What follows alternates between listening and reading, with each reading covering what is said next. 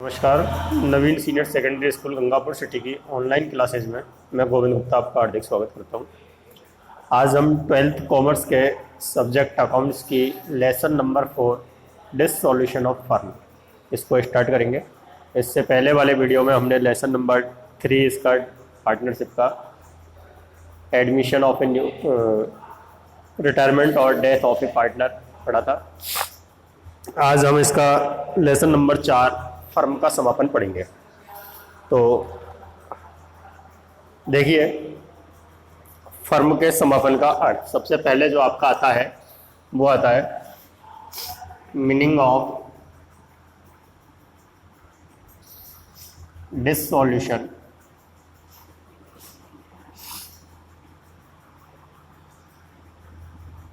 Of firm. Firm के समापन का अर्थ, फर्म का समापन है क्या? तो हम इसको देखें कि भारतीय साझेदारी अधिनियम 1932 की धारा 39 के अनुसार 39 के अनुसार किसी फर्म के समस्त साझेदारों के मध्य साझेदारी का समापन हो जाना फर्म का विघटन या फर्म का समापन कहलाता है।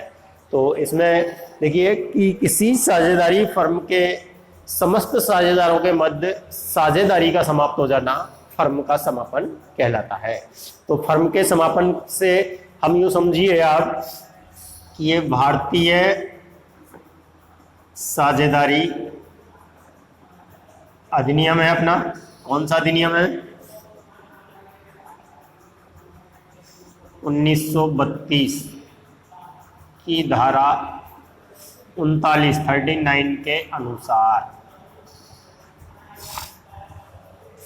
भारतीय साझेदारी अधिनियम 1932 है और उसकी धारा 39 के अनुसार किसी फर्म के समस्त साझेदारों के मध्य साझेदारी का समाप्त हो जाना, किसी साझेदारी फर्म के समस्त साझेदारों के मध्य समस्त साझेदारों के मध्य साझेदारी का समाप्त हो जाना।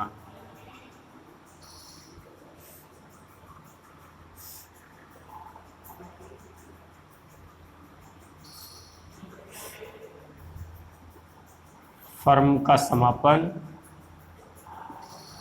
या विघटन कहलाता है। ये इसकी एक बेस डेफिनेशन है। तो इसका जो आधार है, साझेदारी का समापन किसे कहते हैं, फर्म का समापन हम किसे कहते हैं? जब किसी फर्म के मध्य साझेदार, समस्त साझेदार, जैसे कोई फर्म है एवी लिमिटेड, ये एक फर्म है और इसके मध्य 4 साझेदार हैं ABCD। अब इन चारों के मध्य साझेदारी है। अब इनके मध्य यदि ये साझेदारी समाप्त हो जाती है, समस्त साझेदारों के मध्य साझेदारी खत्म हो गई, तो जब साझेदारी खत्म हो गई तो साझेदार अलग अलग हो जाएंगे, अपना पैसा वापस ले लेंगे। तो वापस लेते ही वो क्या होगा? फर्म का विघटन हो जाता है, फर्म का समापन हो जाता है।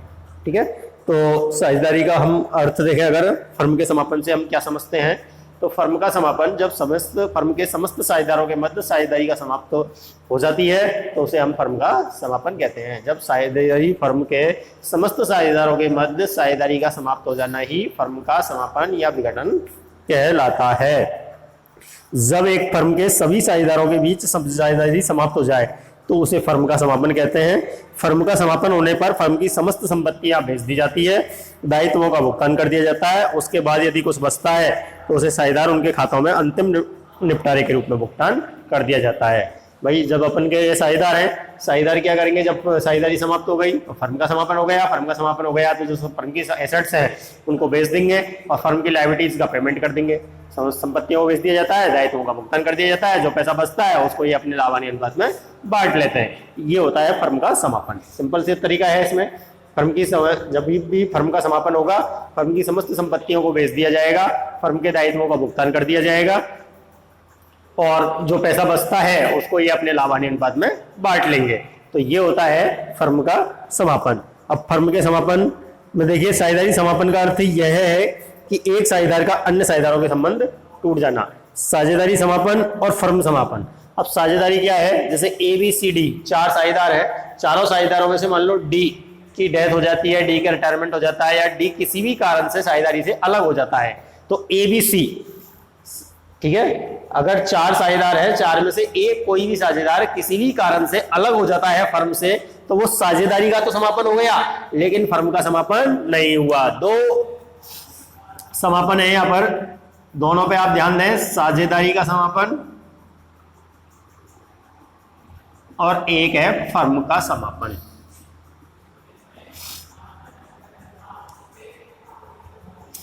फर्म के समापन में क्या है, समस्त साझेदारों के मध्य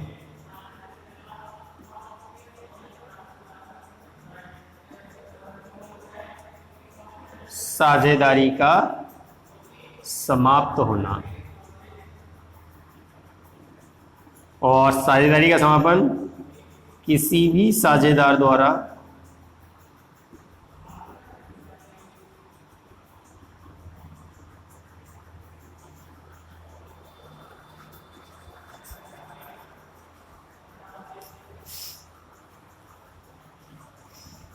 दूसरे शब्दों में इसको लिखें, एक साझेदार का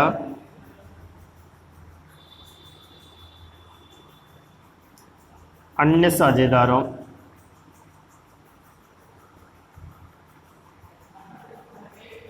से संबंध टूटना।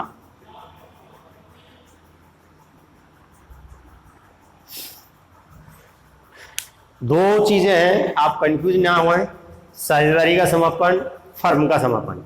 जब किसी एक साझेदार, जब कोई एक साझेदार का संबंध अन्य साझेदारों से टूट जाता है तो वो तो हो गई साझेदारी का समापन। जैसे ये 4 साझेदार है ए बी सी डी, इनमें से एक साझेदार कोई भी ए बी सी या डी, कोई भी एक साझेदार अलग हो गया, बाकी के बच्चे तीन अपनी फर्म को चालू रख सकते हैं, तो वो साझेदारी का तो समापन हो गया जो उनके मध्य साझेदारी थी, लेकिन फर्म का समापन नहीं हुआ, फर्म अभी भी रनिंग में है, फर्म अभी भी चल रही है।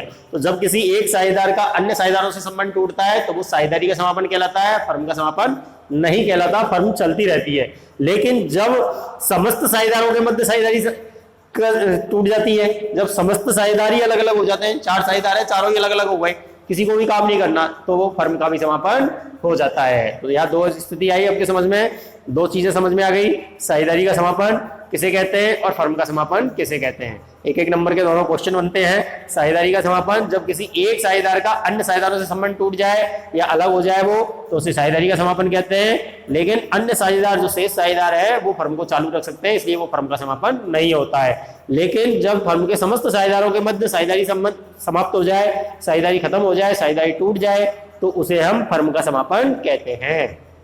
तो दोनों में मेन डिफरेंस पता लग गया। साझेदारी का समापन, उसमें केवल एक साझेदार अलग होता है अन्य साझेदारों से, और साझेदारी फर्म का समापन, इसमें समस्त साझेदारों के मध्य साझेदारी समाप्त हो जाती है। ठीक है, तो 2 चीजें आ गई आपकी, साझेदारी का समापन और फर्म का समापन। अब कौन कौन सी परिस्थिति ऐसी है जिसमें फर्म और साझेदारी, फर्म दोनों का समापन हो जाता है, फर्म तथा साझेदारी दोनों का समापन हो जाता है। तो फर्म और साझेदारी दोनों का समापन के कारण, फर्म तथा साझेदारी दोनों के समापन के कारण, ये जो कारण मैं आपको बताने जा रहा हूं, ऐसी स्थिति में इसमें दोनों का ही समापन हो जाता है, फर्म का भी समापन हो जाता है और साझेदारी का भी समापन हो जाता है। कौन कौन सी है? जब सभी साझेदार फर्म को समाप्त करने का समझौता करते हैं। पहला कारण है जब सभी साझेदार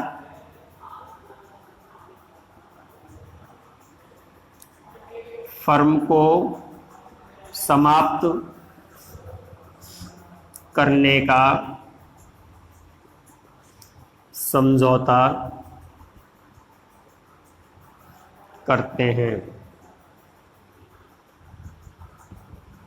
जब सभी साझेदार फर्म को समाप्त करने का समझौता कर लें तो वो ऐसी स्थिति में, जब सभी साझेदारों ने डिसीजन कर लिया कि भाई हमें फर्म का समापन करना है, जितने भी साझेदार हैं सब ने डिसीजन कर लिया, समझौता कर लिया फर्म का समापन करना है, तो वह साझेदारी भी समाप्त हो जाएगी और फर्म का भी समापन हो जाएगा। जब सभी साझेदार या एक को छोड़कर अन्य सभी साझेदार दिवालिया घोषित हो जाएं। दूसरा कारण इसका आता है जब सभी साझेदार या एक को छोड़कर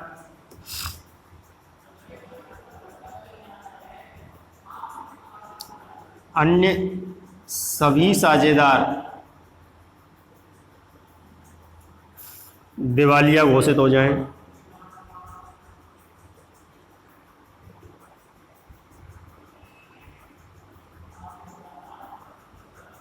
दिवालिया तो आप समझते ही हैं, दिवालिया क्या होता है? जब कोई व्यक्ति पैसा भुगतान करने से मना कर दे, जिसकी दायित्व संपत्तियों से ज्यादा हो जाते हैं, तब वो दिवालिया हो जाता है। भाई जिसके पास है तो उसके पास 1000 रुपए और उसको चुकाने 50,000, अब वो कहां से चुकाएगा? है ही नहीं उसके पास, तो वो दिवालिया घोषित हो जाता है कोर्ट के द्वारा। वो अपने हाथ खड़े कर देता है, भाई मेरे पास पैसे नहीं है, मैं नहीं भुगतान कर सकता, तो ऐसी स्थिति में उसे दिवालिया घोषित कर दिया जाता है। तो जब सभी साझेदार या एक किसी साझेदार को छोड़कर अन्य सभी साझेदार दिवालिया घोषित हो जाते हैं, तो ऐसी स्थिति में फर्म का समापन अनिवार्य हो जाता है, यानी फर्म का समापन ही करना पड़ता है। तो दो कारण हो गए आपके। पहला कारण हो गया जब सभी साझेदार ये समझौता कर लेते हैं कि भाई हम फर्म को समाप्त कर देते हैं, अब हमें कारोबार नहीं करना है, तो उनके पास समझौता हो गया, तो फर्म का समापन हो जाता है, साझेदारी का भी समापन हो जाता है और फर्म का भी समापन हो जाता है। और जब किसी एक साझेदार को छोड़कर या सभी साझेदार उसके दिवालिया घोषित हो जाए, तो भी साझेदारी का समापन भी हो गया और फर्म का समापन भी हो गया। तीसरा है जब फर्म का कारोबार अवैध हो।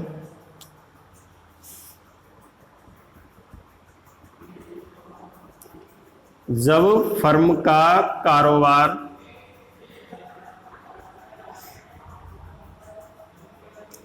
अवैध हो जाए। वैध और अवैध दो चीजें होती हैं। वैध यानी होता है कि विधि सम्मत कानून के अनुसार, कानून के द्वारा जो कानून हमें परमिशन देता है, और अवैध जिनकी परमिशन कानून हमें नहीं देता है। तो जब आपकी फर्म का कारोबार अवैध हो जाता है, तो साझेदारी और फर्म दोनों का ही समापन हो जाता है। अब अवैध कैसे होता है? जैसे आप कोई ऐसी चीजों का व्यापार करने लग जाए जिन पर कानून ने प्रतिबंधित कर रखा है, जिनमें लाइसेंस की आवश्यकता होती है, ठीक है ना। जैसे आप हथियार बनाने लग गए, तो हथियार का कारोबार करने लग गए, तो हथियार का कारोबार नहीं कर सकते आप, ठीक है ना, क्योंकि वो कानून के द्वारा प्रतिबंधित है, तो वो अवैध कारोबार हो जाता है। आप कोई ड्रग्स सप्लाई करने लग गए, तो वो भी आपका अवैध है, आप नहीं कर सकते, ठीक है। तो जब हमारी फर्म का कारोबार अवैध हो जाएगा, तो ऐसी स्थिति में फर्म और साझेदारी दोनों का ही समापन हो जाता है। चौथा है जब किसी साझेदार ने ऐच्छिक साझेदारी को समाप्त करने की सूचना अन्य साझेदारों को दे दी हो। जब किसी साझेदार ने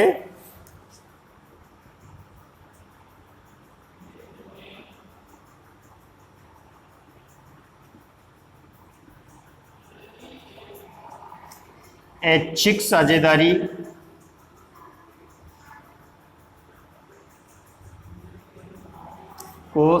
करने की सूचना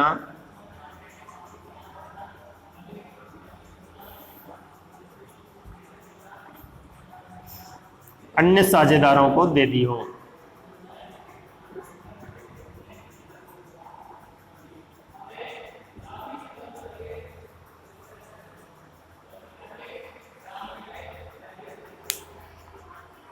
जब किसी साझेदार ने ऐच्छिक साझेदारी को समाप्त करने की सूचना अन्य साझेदारों को दे दी हो।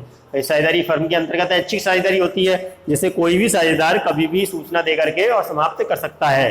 तो जब किसी साझेदार ने ऐच्छिक साझेदारी को समाप्त करने की सूचना अन्य साझेदारों को दे दी हो, तो ऐसी स्थिति में साझेदारी और साझेदारी फर्म दोनों का ही समापन हो जाता है। और पांचवी है जब न्यायालय द्वारा फर्म के समापन का आदेश दिया हो। जब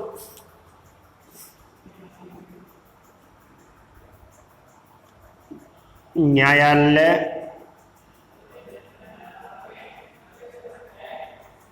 द्वारा फर्म के समापन का आदेश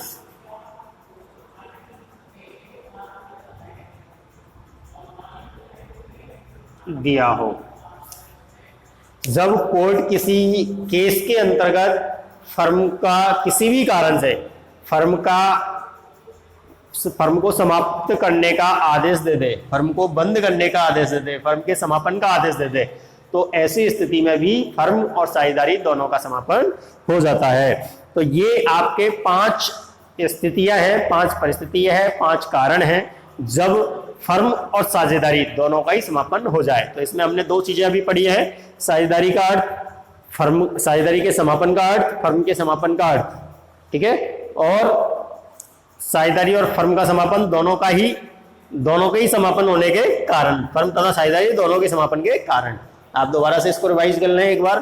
फर्म का समापन जब किसी साझेदारी फर्म के समस्त साझेदारों के मध्य साझेदारी का समाप्त हो जाती है। जब किसी फर्म के समस्त साझेदारों के मध्य साझेदारी समाप्त हो जाती है तो उसे हम साझेदारी फर्म का समापन कहते हैं।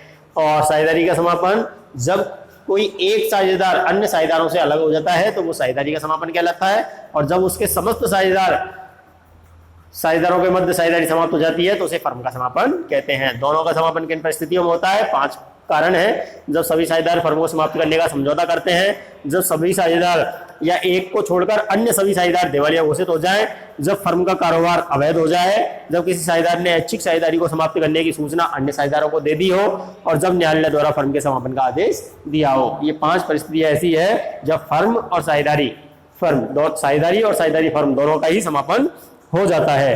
अब आप देखिए समापन के प्रकार, समापन कितने प्रकार के होते हैं वो हम देखेंगे। इनके आप हाथ के हाथ नोट्स भी आप बनाते चलें जो आपको पढ़ने के बाद में काम आएंगे।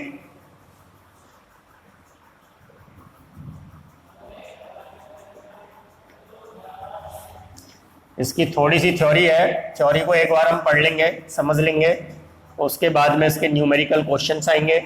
अगर थ्योरी हमारे समझ में आ जाती है तो न्यूमेरिकल क्वेश्चंस जो है वो काफ़ी इजी हो जाते हैं, फिर उनको करने में हमें ज़्यादा समस्या नहीं आती है।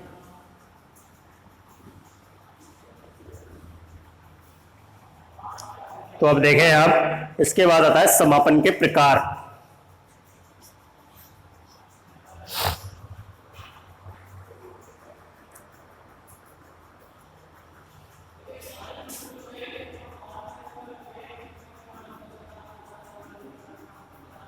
समापन कितने प्रकार से हो सकता है, कौन कौन से उसके प्रकार हैं? तो आप देखिए, साझेदारी फर्म के समापन की परिस्थितियां। भारतीय साझेदारी अधिनियम 1932 की धारा 40 से 44 के अनुसार फर्म निम्नलिखित परिस्थितियों में समाप्त हो जाती है। अब इसमें पहली है समझौते द्वारा समापन। कितने प्रकार है इसके? पहला है समझौते द्वारा समापन,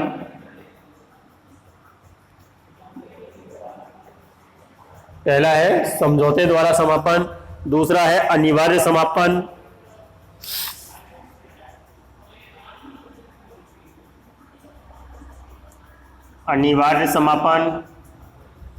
तीसरा है नोटिस द्वारा समापन,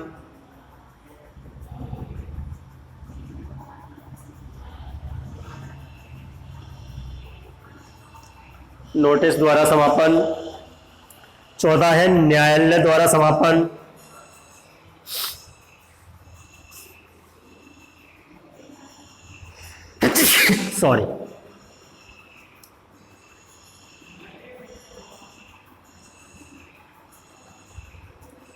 न्यायालय द्वारा समापन, और पांचवा है विशेष घटना के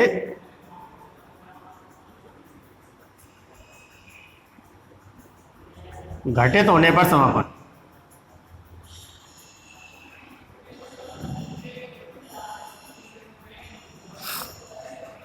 तो फर्म के समापन के ये मुख्य रूप से 5 कारण होते हैं, 5 प्रकार होते हैं। समापन कब कब हो सकता है, तो इसके ये 5 प्रकार होते हैं। पहला आता है आपका समझौते द्वारा समापन। जब सभी साझेदार स्वेच्छा से किसी भी समय साझेदारी की समाप्ति कर सकते हैं। जो साझेदार है वो साझेदार अपनी स्वेच्छा से, भाई ऐच्छिक समझौता होता है, साझेदारी जो है वो ऐच्छिक समझौता है, यानी कोई भी साझेदार अपनी स्वेच्छा से कभी भी साझेदारी को समाप्त कर सकता है। तो उसके समस्त साझेदार जब चाहे वो अपनी स्वेच्छा से समझौते के अनुसार फर्म का समापन कर सकते हैं। तो समझौते द्वारा समापन, यानी समझौते का मतलब समझौता कौन करेगा, उसके साझेदार करेंगे। तो फर्म के समस्त साझेदार आपसी समझौते के द्वारा फर्म का समापन कर सकते हैं। दूसरा है अनिवार्य समापन, कंपल्सरी डिसोल्यूशन। तो निम्न परिस्थितियों में फर्म का समापन अनिवार्य हो जाता है। कब हो सकता है, यदि फर्म का व्यापार अवैध हो। मैंने पहले भी बताया था, यदि फर्म का व्यापार अवैध हो तो मतलब अनिवार्य समापन हो ही जाएगा, आप कुछ नहीं कर सकते। भाई आप तो चाहते हैं कि फर्म चालू रहे, लेकिन वो फर्म बंद हो जाएगी, आपने व्यापार अवैध कर दिया, कोर्ट उसका डिसीजन दे देगा, पुलिस आके बंद करा देगी, तो वो फर्म का समापन हो जाता है। यदि कोई भी साझेदार शत्रु देश का नागरिक हो, यदि किसी शत्रु देश के नागरिक को आपने अपना साझेदार बना लिया है, तो भी आपका साझेदारी वो अवैध हो जाएगी और फर्म का डिसोल्यूशन हो जाएगा, फर्म का समापन हो जाएगा।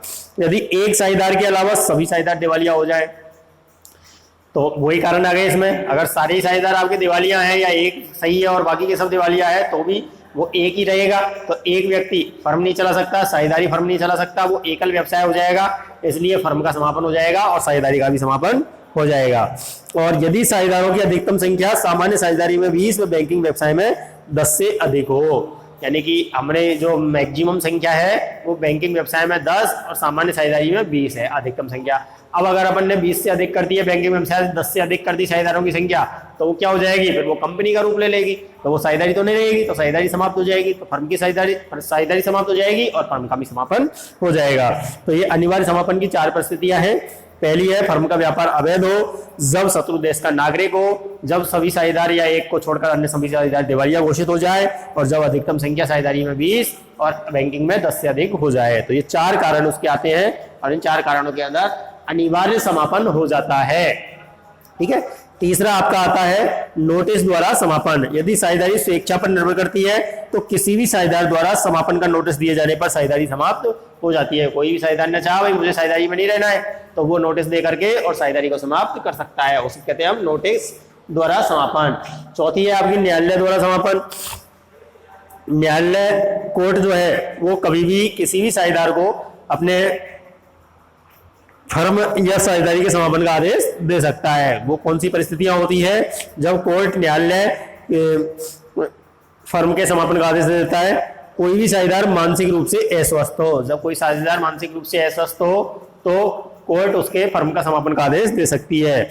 यदि कोई भी सक्रिय साझेदार स्थायी रूप से अपाहिज हो जाए और साझेदार के रूप में अपना कार्य करने में असमर्थ हो, और यदि कोई भी साझेदार दुराचार का दोषी हो जो फर्म के व्यापार को प्रभावित करे, कोई ऐसा दुराचार कर रहा है, अपने आचरण से कोई ऐसा व्यवहार कर रहा है जिससे फर्म का कारोबार प्रभावित होता है, तो भी साझेदारी फर्म को न्यायालय द्वारा समाप्त किया जा सकता है। यदि कोई साझेदार जानबूझकर प्रथम विधि की अवहेलना करे, यदि साझेदारी जो समझौता है आपका उसके अनुसार साझेदारी संलेख जो है उसमें जो शर्तें हैं, उन शर्तों की यदि कोई जानबूझकर के अवहेलना कर रहा है, तो भी आपकी फर्म कोर्ट जो है न्यायालय फर्म के समापन का आदेश दे सकता है। यदि फर्म को व्यापार से केवल हानि होने की शंका हो, लाभ होने की संभावना ही नहीं है, केवल हानि होगी, तो भी कोर्ट उसको फर्म का समापन कर सकता है। और यदि कोई साझेदार फर्म में अपने हित को किसी तीसरे पक्ष को हस्तांतरित कर दे, अपना हित किसी तीसरे पक्ष को हस्तांतरित कर दिया है, तो भी साझेदारी का समापन हो जाता है। और यदि न्यायालय किसी भी उचित कारण से संतुष्ट हो, इन सब के अलावा भी यदि कोई और कारण जो न्यायालय की नजर में ये हो कि भाई मुझे इसका समापन करना है, तो वो समापन कर देता है। और 5वां आता है आपका विशेष घटना के घटित होने पर समापन। अब विशेष घटना के घटित होने पर समापन, इसमें कौन कौन सी घटनाएं हो सकती है, देखिए आप। साझेदारी यदि किसी विशेष अवधि के लिए है तो अवधि समाप्त हो जाए। आपने साझेदारी करी साहब 1 साल के लिए, अपने साझेदार हैं, 1 साल से खत्म हो गया, साझेदारी भी ऑटोमेटिक समाप्त हो जाएगी। तो विशेष घटना के घटित होने पर साझेदार या फर्म का समापन, भाई 1 साल के लिए अपन ने फर्म बनाई, 1 साल पूरा हो गया, फर्म भी समाप्त हो जाएगी, साझेदारी समाप्त हो जाएगी। साझेदारी यदि किसी विशेष कार्य के लिए स्थापित की गई है, तो उस कार्य के पूर्ण होने पर अपन ने रोड बनाने का ठेका लिया, उसमें 4 साझेदार बन गए और रोड का काम कंप्लीट हो गया, तो साझेदारी भी समाप्त हो गई, फर्म भी समाप्त हो गई आपकी। ठीक है। तो किसी विशेष कार्य किसी विशेष अवधि के पूरा होने पर फर्म का समापन हो जाता है। और यदि किसी विशेष उद्देश्य के लिए स्थापित की गई है, तो उस विशेष उद्देश्य के पूरा होने पर भी हो जाता है। किसी भी साझेदार की मृत्यु होने पर, यदि कोई साझेदार की मृत्यु हो जाती है आकस्मिक घटना है, तो आकस्मिक घटना के आधार पर यदि किसी साझेदार की मृत्यु हो जाती है तो भी साझेदारी फर्म का समापन हो जाता है। और किसी भी साझेदार के न्यायालय द्वारा दिवालिया घोषित होने पर, अब यदि न्यायालय ने किसी भी साझेदार को दिवालिया घोषित कर दिया है तो भी आपका साझेदारी का समापन हो जाएगा। अब इसके बाद आता है साझेदारी और साझेदारी फर्म के समापन में अंतर, दोनों में आता है।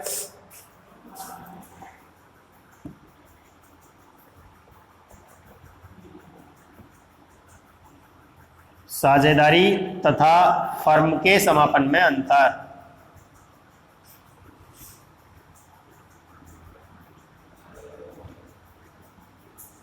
Difference between partnership and dissolution of firm, dissolution of partnership and firm क्या क्या है। अब इसमें अंतर के प्रमुख कारण 4 रखें। 2 नंबर में यह क्वेश्चन आ जाता है कई बार कि साझेदारी और साझेदारी फर्म के समापन में मुख्य अंतर बताइए, क्या अंतर होता है।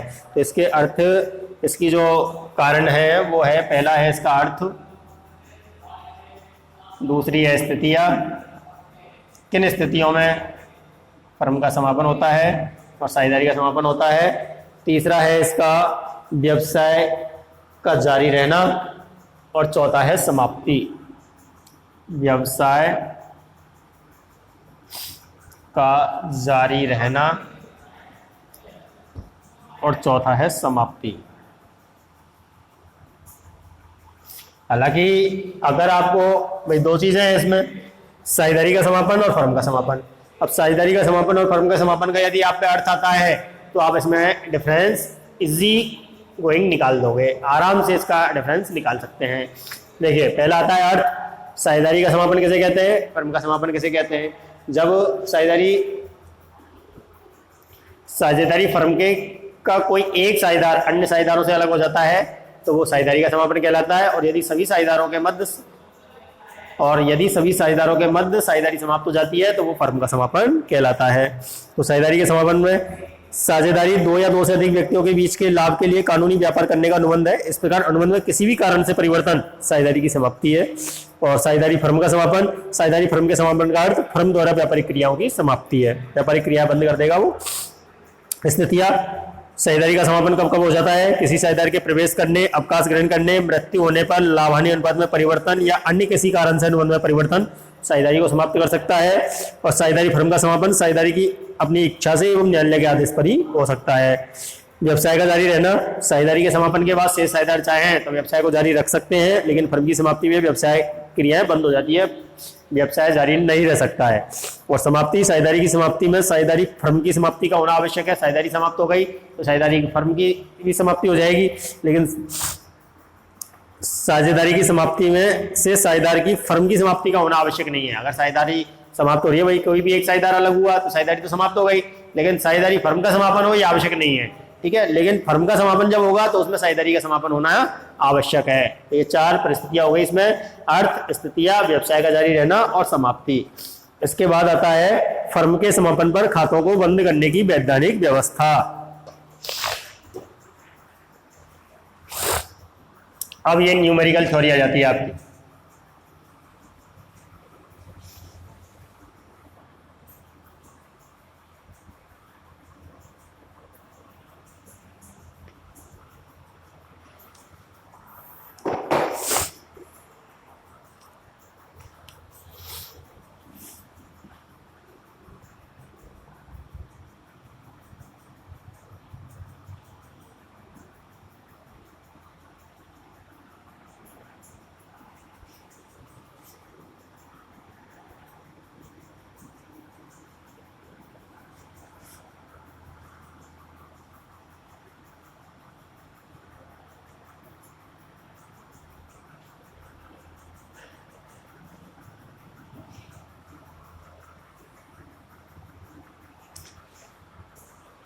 फर्म के समापन पर खातों को बंद करने की वैधानिक व्यवस्था।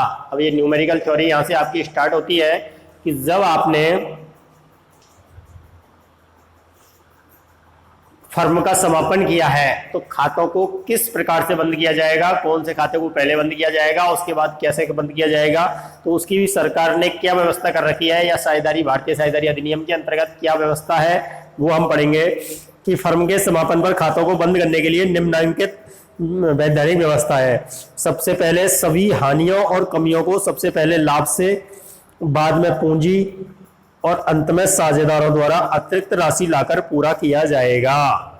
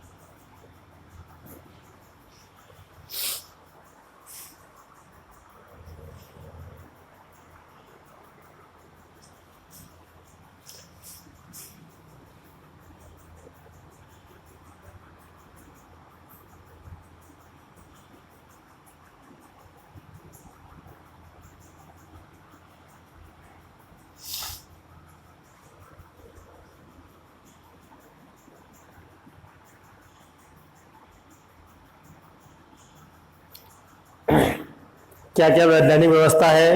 पहली जो इम्पोर्टेंट वैधानिक व्यवस्था आती है वो आती है कि सभी हानियों और कमियों को सबसे पहले लाभ से, बाद में पूंजी और अंत में अन्य साझेदारों द्वारा अतिरिक्त राशि ला करके पूरा किया जाएगा। जैसे आपके पास 50,000 की संपत्तियां हैं, आपको 80,000 रुपए चुकाने हैं, तो अब आपने 50,000 की संपत्तियां बेच दी, 50 तो वो चुका दी, अब 30,000 और चुकाने। अब 30,000 कहाँ से चुकाएंगे? सबसे पहले तो जो लाभ है आपके पास उसमें से चुका दो। तो लाभ भी खत्म हो गया, मान लो 10,000 का लाभ, तो 10,000 उसमें चुका दिए। अब 20,000 और बचे आपके पास, अब वो कहां से चुकाएंगे? सबसे पहले लाभ में से वो चुका दिया, बाद में पूंजी में से, अब साझेदारों की पूंजी है 15,000 की पूंजी है तो वो भी आपने चुका दी, तो पूंजी भी खत्म हो गई। अब फिर भी 5,000 और चुकाने। अब अंत में साझेदार क्या करेंगे? वो 5,000 रुपए अपने लाभ विभाजन अनुपात में लेकर आएंगे और फिर उसको चुकाएंगे।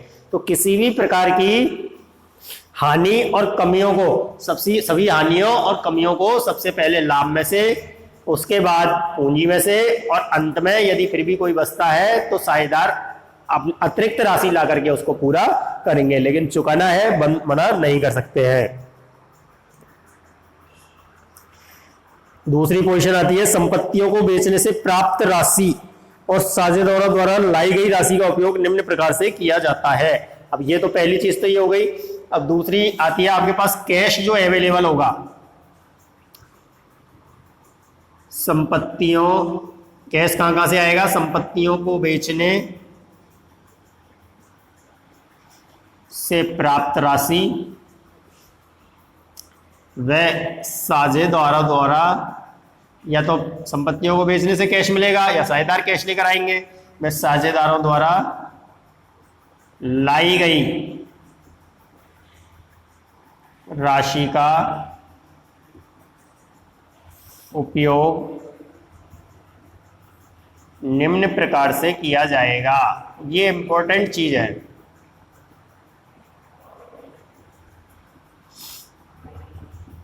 जो आपके पास कैश अवेलेबल होगा उसका क्या करेंगे? मतलब दो मुख्य चीजें हैं आपके पास कि अगर आपकी कोई हानि या कमी है तो उसको कैसे पूरा करना है। सबसे पहले लाभ में से, उसके बाद पूंजी में से, और फिर भी कमी रहती है तो साझेदार अतिरिक्त राशि लेकर आएंगे। और जब साझेदार अतिरिक्त राशि लाते हैं तो जो आपके पास उपलब्ध कैश है संपत्ति के बेचने पर या साझेदारों द्वारा लाई गई राशि का उपयोग आप कैसे करोगे? भाई ऐसा नहीं है कि भाई कोई भी साझेदार है सबसे पहले तो भाई मेरा पैसा दे दे तू यहाँ में से, ऐसे नहीं। सबसे पहले उसका एक वैधानिक व्यवस्था है किस प्रकार से उसका उपयोग किया जाएगा। तो संपत्तियों को बेचने से प्राप्त राशि और साझेदारों द्वारा लाई गई राशि का उपयोग निम्न प्रकार किया जाता है। सबसे पहले किया जाएगा सुरक्षित ऋण का भुगतान। सबसे पहले इस राशि में से किसका पेमेंट किया जाएगा? सुरक्षित ऋण का भुगतान। अब सुरक्षित ऋण कौन सा होता है? सुरक्षित ऋण इसको कहते हैं मॉर्टगेज लोन। मॉर्टगेज लोन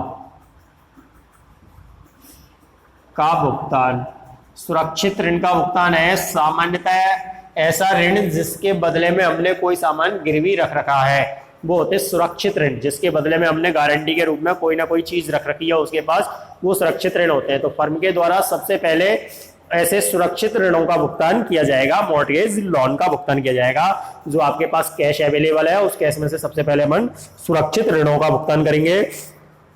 दूसरे नंबर पर बाहर के पक्षों के ऋण का भुगतान करने में, बाहर के पक्षों के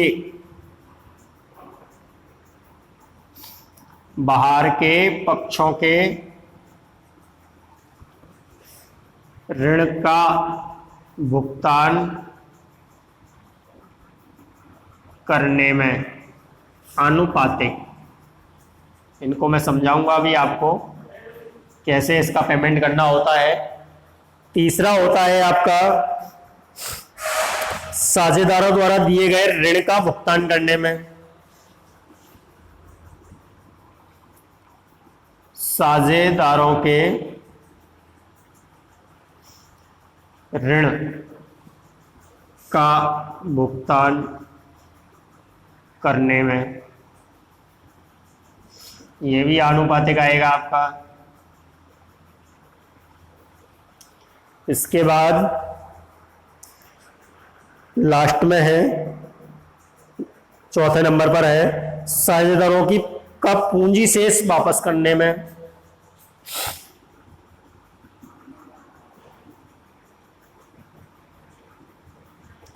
साझेदारों की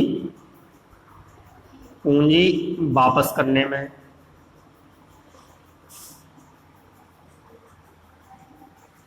ये भी आनुपातिक आएगा।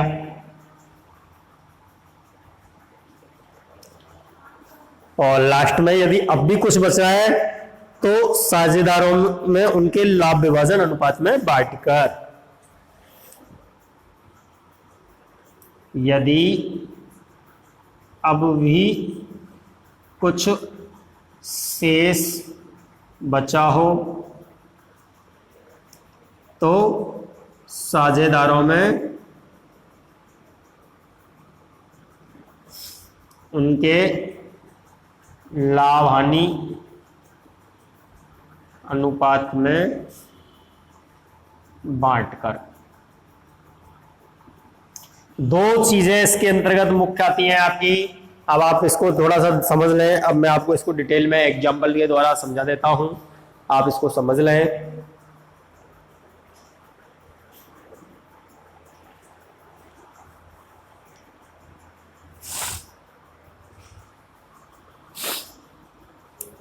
आपके पास जब फर्म का समापन करेंगे तो दो स्थितियां होंगी, ठीक है। सबसे पहले तो ये है, दो नियम उसके आते हैं कि फर्म की संपत्तियां को बेच दिया जाएगा और दायित्वों का भुगतान करना है। अब संपत्तियों को बेचने से जो प्राप्त कैश मिलेगा आपको, उस कैश को या साझेदारों द्वारा जो अतिरिक्त राशि लाई जाएगी, तो उस राशि का उपयोग आपको कैसे करना है। अगर उसकी कोई वैधानिक व्यवस्था नहीं है तो साझेदार क्या करेंगे, भैया सबसे पहले तो मेरे पैसे दे दे, अब बाद में कुछ बचता है तो फिर मेरी जो पूंजी है पहले तो मुझे वापस दे दे, मेरा जो लोन है उसको मुझे वापस दे दे। तो साझेदार लड़ने लग जाएंगे आपस में, पहले मेरा पहले मेरा पहले मेरा, क्योंकि हर कोई ये चाहेगा भाई फर्म का तो समापन हो ही गया, फर्म बंद हो रही है तो पहले मेरे पैसे मुझे मिल जाए, बाकी के डूबे तो डूबते रहे किसी के और के, मेरा तो मुझे मिल जाए। लेकिन उसकी अपनी भारतीय साझेदारी अधिनियम जो है उसने एक व्यवस्था कर रखी है, गवर्नमेंट ने एक व्यवस्था कर रखी है कि जो भी पैसा आपके पास उपलब्ध है उस पैसे में से आपको सबसे पहले क्या करना है, सबसे पहले आपको बाहर के दायित्वों का भुगतान करना होता है, ऋणों का भुगतान। अब ऋण आपके तीन प्रकार के होते हैं। पहला ऋण होता है सुरक्षित ऋण, जिसके बदले में आपने कोई ना कोई गारंटी ले रखी है, गारंटी दे रखी है आपने, ठीक है ना, जिसके बदले में कोई सामान गिरवी रख रखा है। तो सबसे पहले तो हमारे पास जो पैसा आएगा उसमें से हम क्या करेंगे, सुरक्षित ऋण का भुगतान करेंगे। दूसरे नंबर पर जो बाहर के पक्ष हैं उन बाहर के पक्षों को के ऋणों का भुगतान करेंगे, यानी व्यवसाय के फर्म के बाहर के व्यक्ति, साझेदार नहीं, साझेदारों के बाहर, फर्म के बाहर के व्यक्तियों को ने जो लोन दे रखा है हमें, उसके बाद उनका पेमेंट करेंगे। अब इसके बाद में जो पैसा बचता है, अब मान लो साझेदारों के ऋण का भुगतान करेंगे तीसरे नंबर पर। अब तीसरे नंबर पर ऋण आएगा तो ऋण तीन प्रकार के हो गए। पहले पर सुरक्षित ऋण का भुगतान करेंगे, मान लो आपके पास 50,000 है, सुरक्षित ऋण 30,000 के, आपने 30,000 का भुगतान कर दिया। उसके बाद 20,000 आपके पास बच गए, अब बाहर के पक्षों का भुगतान करना है, तो उसमें बाहर के पक्षों का ऋण है 40,000। अब 40,000 में से 20,000 ही आपके पास, तो कैसे करेंगे, दोनों को 10,000 दे देंगे, आनुपातिक रूप से भुगतान करेंगे। ठीक है, तो सबसे पहले सुरक्षित ऋण का भुगतान करेंगे, फिर बाहर के पक्षों के ऋण का भुगतान करेंगे साझेदारों के अतिरिक्त, तीसरे नंबर पर साझेदारों के ऋण का भुगतान करेंगे, और चौथे नंबर पर फिर साझेदारों की पूंजी वापस करेंगे, और फिर भी कोई पैसा बच जाता है तो उनके लाभ हानि अनुपात में उसे बांट दिया जाएगा। और जब कोई फर्म की हानि या कमियां होती हैं तो उनको हम कैसे करेंगे पूरा, सबसे पहले सभी हानि और कमियों को सबसे पहले लाभ में से पूरा करेंगे, उसके बाद पूंजी में से पूरा करेंगे, और अंत में साझेदारों द्वारा अतिरिक्त राशि ला करके पूरा किया जाएगा। तो ये इस प्रकार से इसकी थ्योरी आपकी ये होती है। इसके बाद इसमें थ्योरी अब ज्यादा नहीं है, अब इसके लेखांकन क्रिया यानी न्यूमेरिकल हम पढ़ेंगे। नेक्स्ट वीडियो जो आएगा उसमें आप इसके न्यूमेरिकल अकाउंट्स कौन कौन से बनाए जाते हैं और किस प्रकार से अकाउंट बनाए जाते हैं वो हम समझाएंगे। इस थ्योरी के जो आपके नोट्स आप तैयार कर लें, और नोट्स तैयार करके उनको आप समझ लें। कोई भी समस्या है तो आप विद्यालय में संपर्क कर सकते हैं। Thank you.